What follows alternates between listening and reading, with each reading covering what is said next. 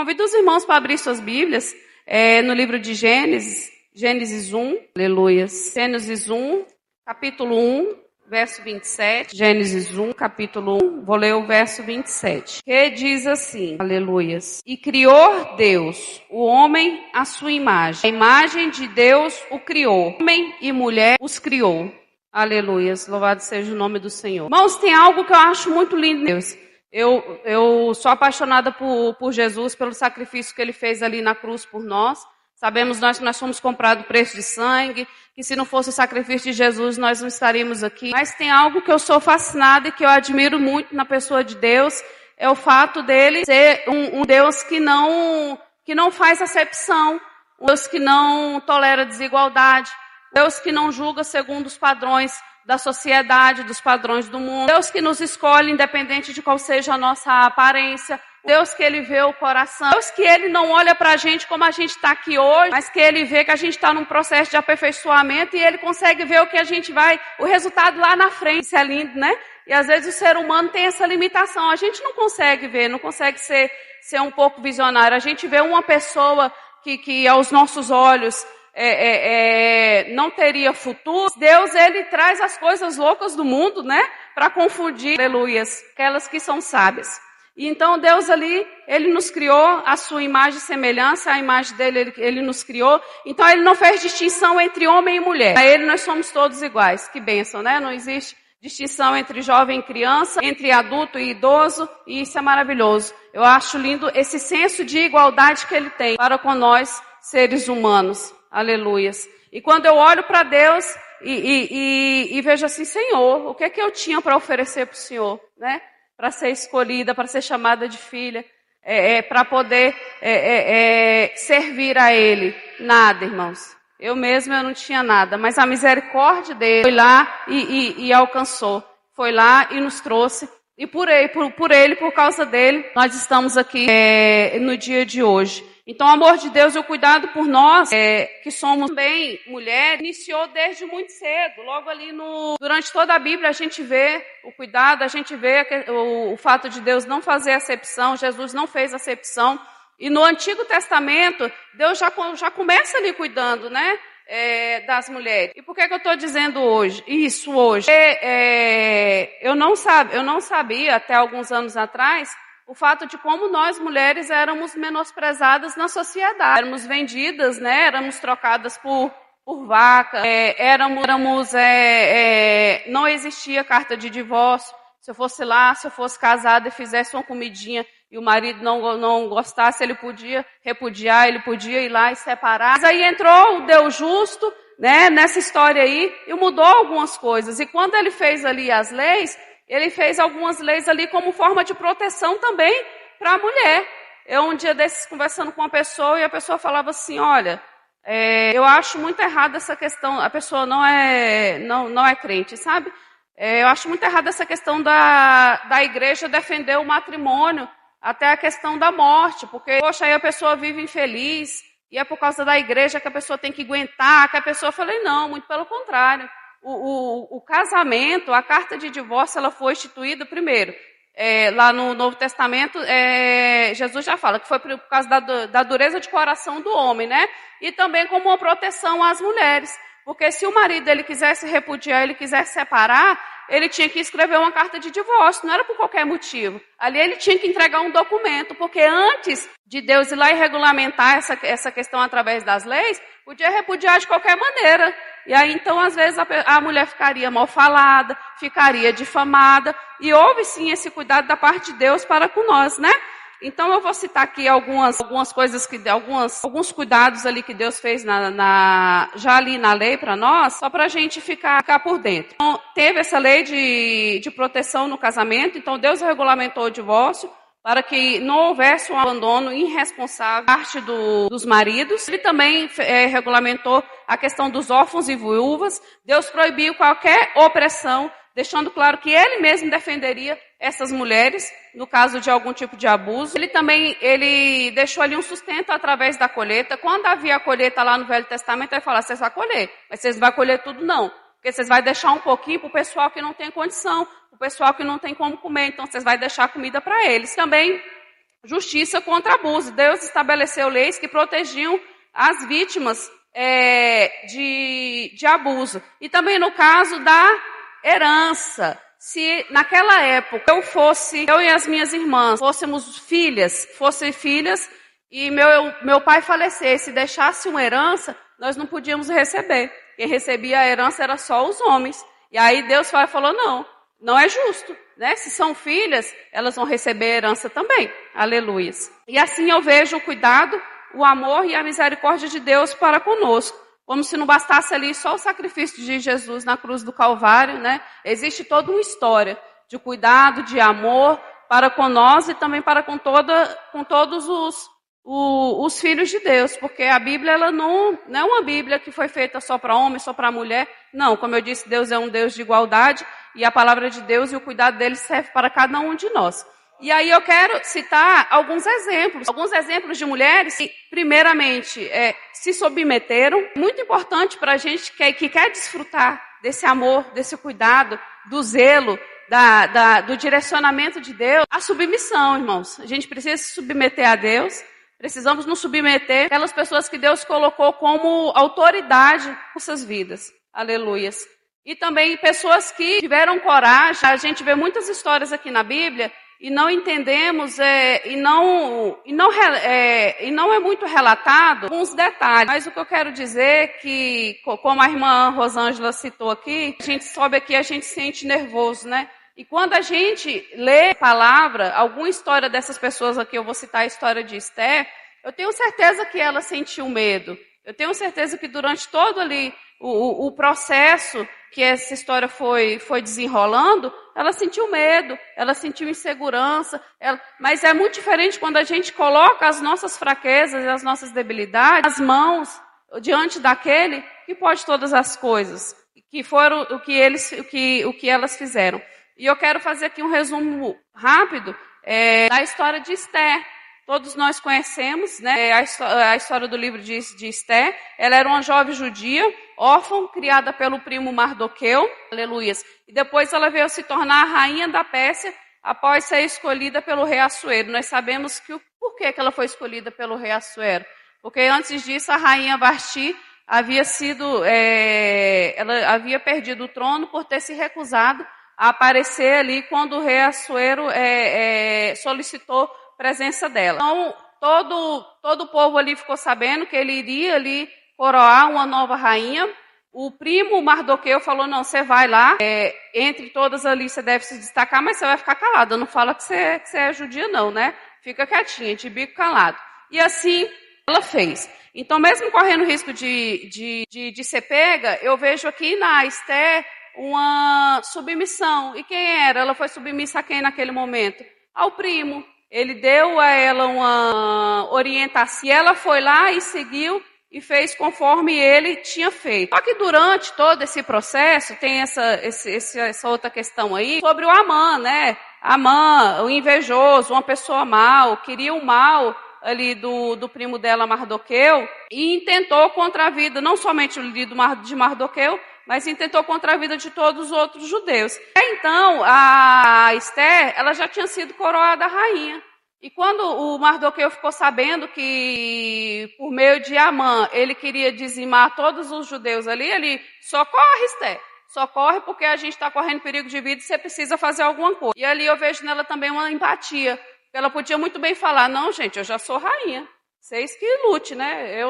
Talvez eu não vou correr o risco aqui porque eu sou esposa do rei, mas vocês que lute. E pelo contrário, ela se dispôs, ela se colocou lá como serva, como olha, com todo o medo que eu estou sentindo, toda a insegurança, eu vou fazer o que você está pedindo. Eu quero também pedir que vocês jejuem por mim, que vocês jejuem comigo. Durante tantos dias a gente vai fazer um jejum e eu vou adentrar a presença do rei. Aleluias. Então ela se posicionou e ela se preparou para ir lá e fazer um pedido ao rei naquele momento. E depois do jejum, ela conseguiu sim o que queria, né, ali diante do rei Assuero. Foi lá, fez o pedido, e os judeus, eles receberam ali a chance de poder lutar e não ser dizimados ali conforme Amã preveu. Então eu vejo aqui na vida de Esther uma coragem e confiança em Deus que pode mudar os nossos destinos. Às vezes tem coisas que acontecem na nossa vida que parece que é o fim. Que parece, poxa, está acontecendo tal coisa aqui. Eu tenho certeza que isso aqui não tem mais jeito. Eu quero dizer também que quando nós nos colocamos diante de Deus e quando colocamos a nossa insuficiência nele, entregamos para Ele, Deus faz. Talvez não faz na nossa hora, do jeito que nós queremos, do jeito que nós esperávamos, mas eu quero dizer que Ele faz. Deus é o único que tem poder para mudar destinos. Aleluias. E quero destacar mais uma vez a submissão de Esther. Ela foi submissa e Deus a honrou pela submissão dela naquele momento.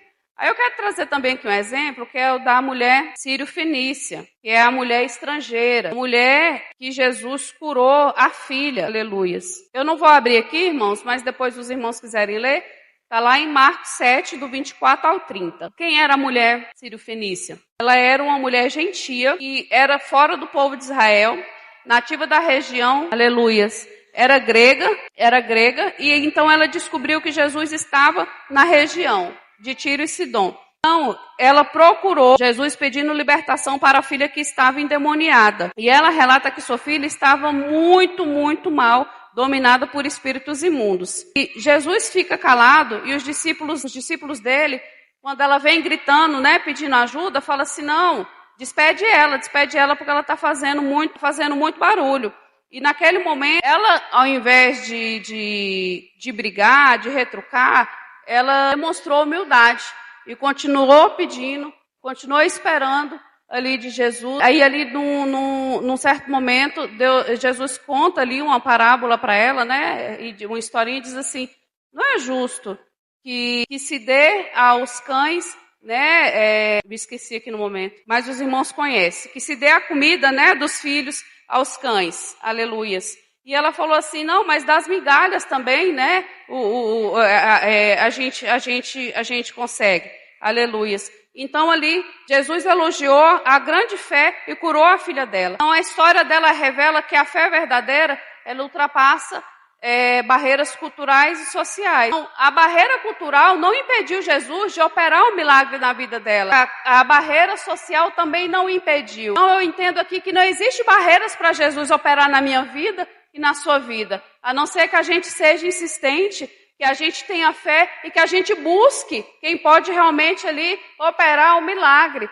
Talvez você não tenha esse problema que essa moça tinha, que essa senhora tinha, que era uma filha endemoniada.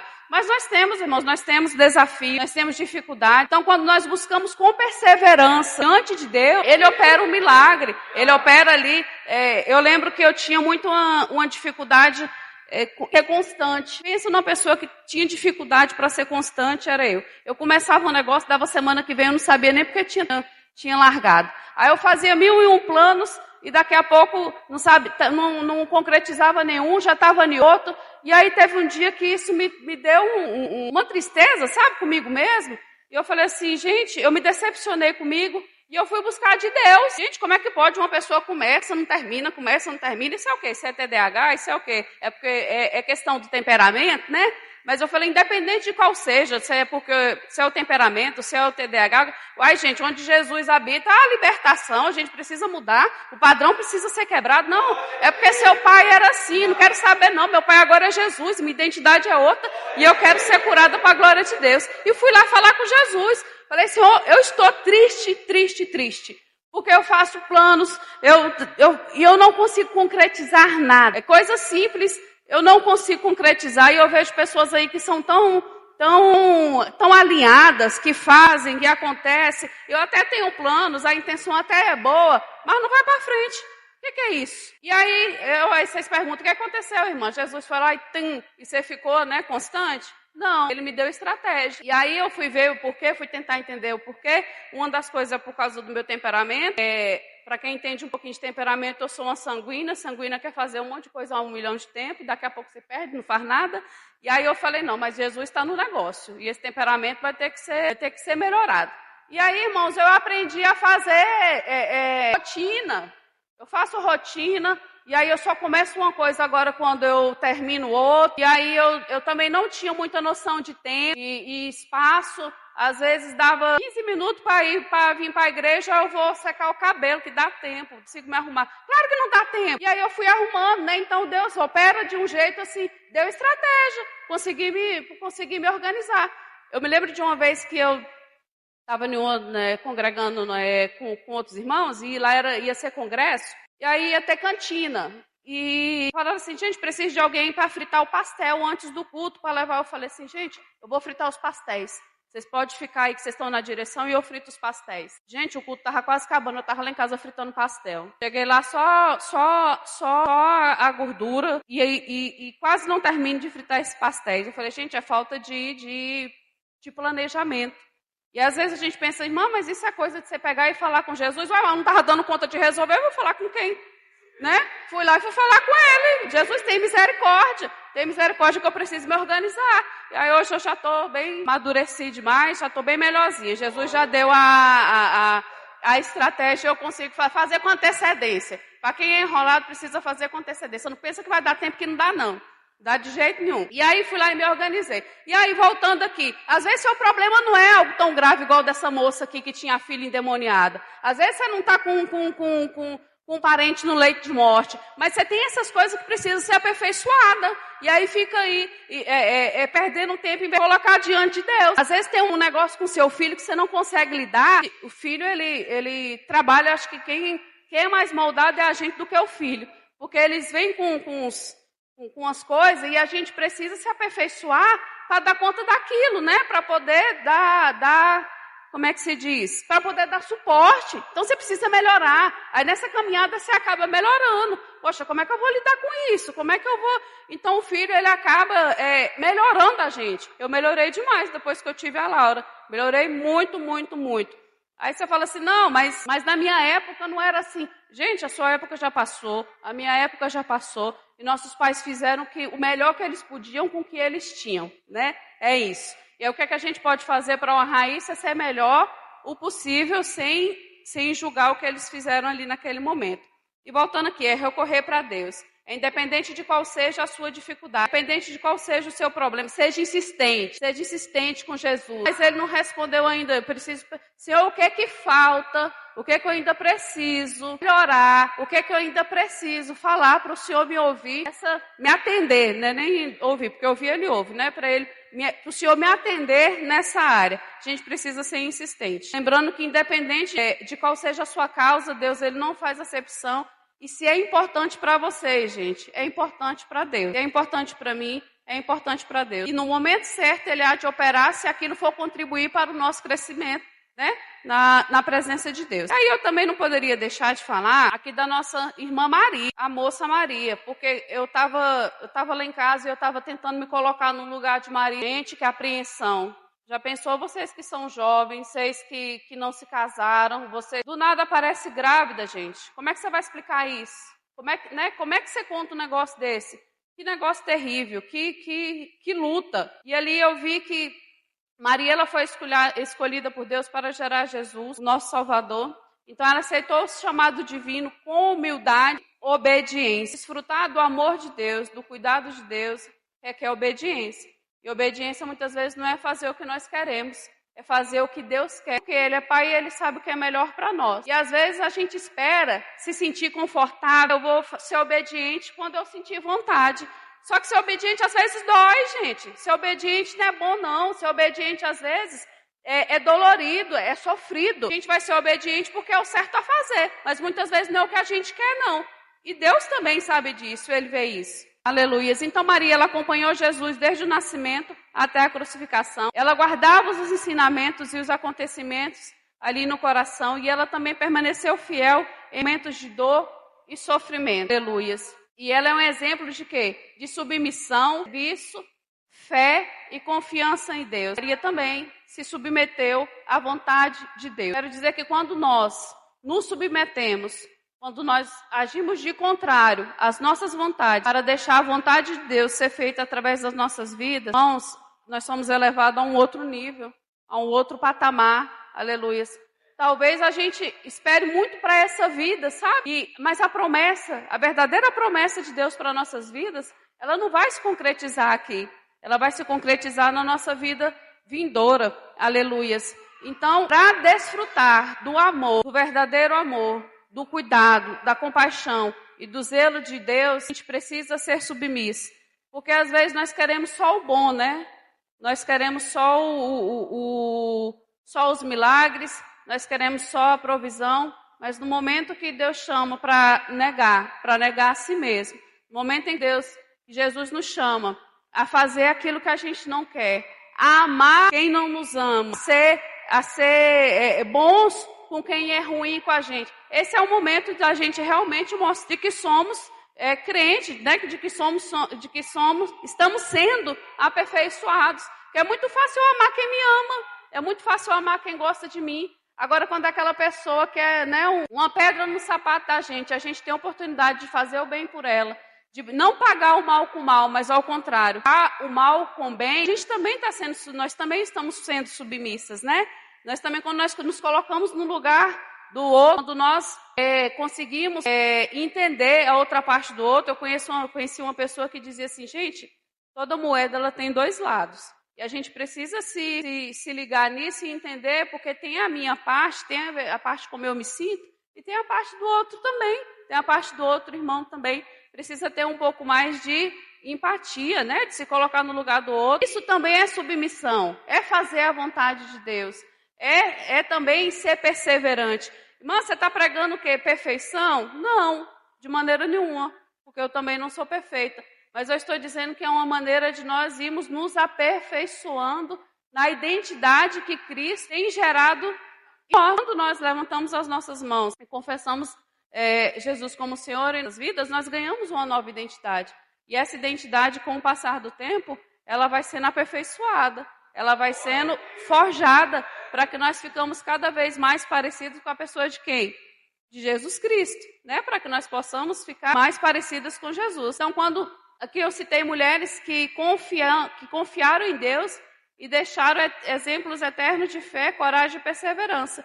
Eu não sei aos irmãos, mas quando vocês ouvem alguma história do tipo, seja na Bíblia ou seja de outros irmãos, né, que foram bem-aventurados na presença de Deus, você pensa assim, essa pessoa tinha alguma coisa, ela tinha alguma coisa especial, eu tenho certeza, porque ela foi, né, uma pessoa bem-aventurada. Mas o que eu entendo de todas as pessoas que são bem-aventuradas na presença de Deus, são pessoas que se dispuseram, são pessoas que deixaram o medo.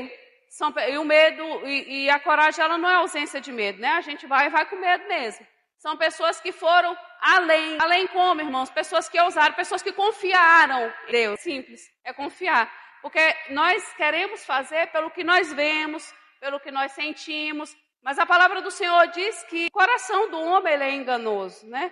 E Deus é quem sabe de todas as coisas. Então, quando nós vamos lá e cremos, irmão, mas Deus não tem nenhum direcionamento para mim, não. Como é que eu vou fazer isso? Deus ainda não falou nada. Gente, não tem direcionamento o quê? O que é isso aqui?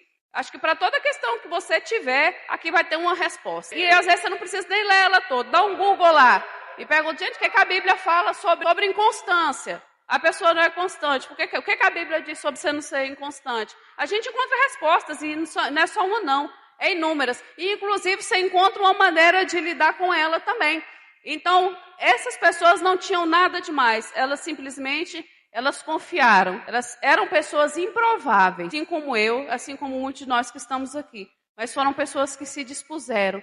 Foram pessoas que foram além. Foram pessoas que desfrutaram do amor de Deus. E desfrutar do amor de Deus é isso, irmãos, é aceitar ser cuidado, aceitar ser educado, é desfrutar do amor como se fosse de mãe, porque nós mães, nós amamos, mas a gente não fica só no docinho, não, né? Tem hora que você precisa, e Deus, que é um pai, né, amoroso, que é um pai cuidadoso, Deus também não vai, claro que vai, Ele está nos preparando para aquele grande dia, e vai ter coisa que a gente não vai poder subir com elas, não, a gente vai ter que deixar, vai ter que abandonar, e quem é que vai nos ajudar? Ué, é Jesus, não é? Aleluias. Então, quando nós nos posicionamos em Deus, em submissão, Ele muda histórias e Ele transforma destinos.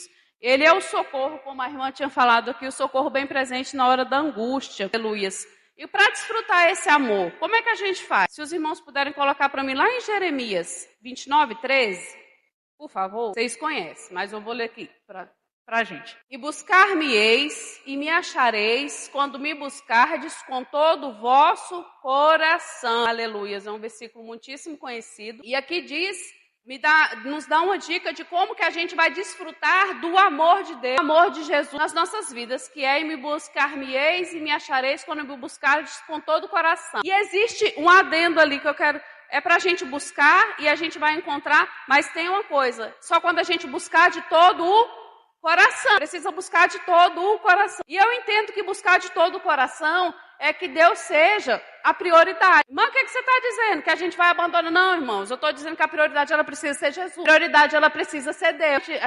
Tem família, tem trabalho, tem isso, tem aquilo, tem um curso, tem um concurso, tem um menino, tem...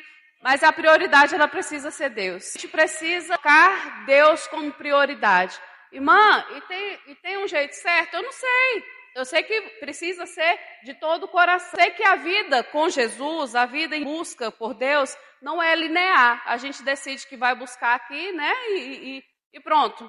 E vai continuar buscando até o resto da vida da mesma forma, com a mesma profundidade. Às vezes a gente dá uma diminuída, às vezes a gente dá uma aumentada. O que a gente não pode é deixar de buscar a presença do Senhor. Aleluias. E aí, tem dias que, irmãos, tem dias que é terríveis.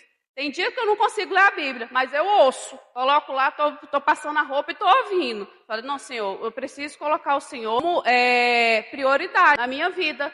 Aí não deu para orar 30 minutos. Aí você ora 10 de manhã, ora 10 no almoço, ora 10 à noite. Pronto, gente, você orou 30 minutos. Às vezes, a minha dificuldade era querer perfeição, sendo que eu não fazia nem o básico do básico, né? Então a gente vai aos pouquinhos. Eu, conversando com uma amiga, eu falo assim: amiga, o problema nosso é que a gente quer entrar logo numa rotina de maratonista, sendo que a gente não começou nem a caminhar. Precisa caminhar, né? Você precisa começar a caminhar e depois você vai evoluindo para coisa mais forte. Então a gente precisa buscar a Deus e precisa buscar de todo o coração. E de acordo com as suas possibilidades, de acordo com o seu tempo, de acordo com o que você pode. E sem colocar na cabeça que você precisa ser perfeito. Você não precisa ser perfeita. Você precisa buscar sem parar, né? Eu lembro que quando eu, comecei a caminhada cristã, eu ouvia tanto relato, gente, de pessoas que viviam coisas sobrenaturais, assim, na presença de Deus. Mas era coisas maravilhosas. E só falava da busca constante. Eu falava, mas tem alguma coisa de errado comigo, gente? Porque eu busco, sim, mas tem alguma coisa. E aí depois eu vim entender, tem um livro do Luciano Subirá, eu gosto demais do Luciano Subirá, porque ele escreve, mas ele se coloca como pecador, como pessoa que falha. Fala, olha, eu tive essa falha aqui, mas aí eu consertei dessa forma. Eu acho isso muito lindo e ajuda, né? Porque quando a pessoa vai lá e prega só perfeição, você fala, gente, eu não vou alcançar esse nível. Eu não dou conta de alcançar esse nível aqui de jeito nenhum. E é isso, é buscar a Deus da maneira como a gente pode, mas não pode deixar de buscar e de que Ele seja a prioridade. Quero também ler aqui, para a gente finalizar, lá em Tiago, capítulo 4, verso 8, por favor. Tiago, capítulo 4, verso 8, que diz assim, que fala um pouco sobre a reciprocidade de Deus, que diz, chegai-vos a Deus e Ele se chegará a vós. É só essa parte aqui. E aqui eu entendo que na medida que a gente se chega a Deus, e com certeza que todos já tiveram essa experiência, e quanto mais a gente chega, mais Ele se achega a nós. Por quê? Mas por quê, irmã? Gente, Jesus, o Espírito Santo, são respeitadores. Então eles respeitam o nosso livre-arbítrio. Então se a gente quiser chegar, Ele vai chegar mais também. E se a gente também não quiser, também não vai ter conversa, também não vai ter papo.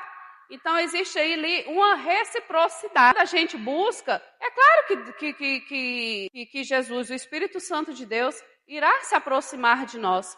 Então há uma promessa de reciprocidade. Deus respeita o nosso livre-arbítrio e aguarda a nossa iniciativa de se posicionar para responder com a presença dele íntima e protetora. Isso é desfrutar da presença de Deus, do amor de Deus em nossas vidas. Então que nós possamos, com obediência e submissão, desfrutar do amor, da intimidade de Deus em nossas vidas. E que possamos entender que, independente do cenário, Ele levantará em nosso favor quando nós nos posicionarmos diante dele. Ele sempre se levanta e ele sempre age em nosso favor. No momento em que a gente também toma a iniciativa e se posiciona. Às vezes nós queremos viver algo diferente, mas nada muda dentro de nós, nada muda dentro da conduta, nada muda no comportamento. Aí fica um pouquinho, né? A gente dificulta um pouquinho para Deus agir, porque como eu disse aqui, Deus, o Espírito Santo de Deus, nosso Jesus, ele é recíproco. E da medida que a gente busca, à medida que ele também se aproxima de nós. Amém? E eu quero encerrar, espero que os irmãos tenham entendido e que possamos ter o desejo de desfrutar da presença do Senhor Jesus, que possamos ter o desejo de não buscar a perfeição, irmãos, mas buscar intimidade,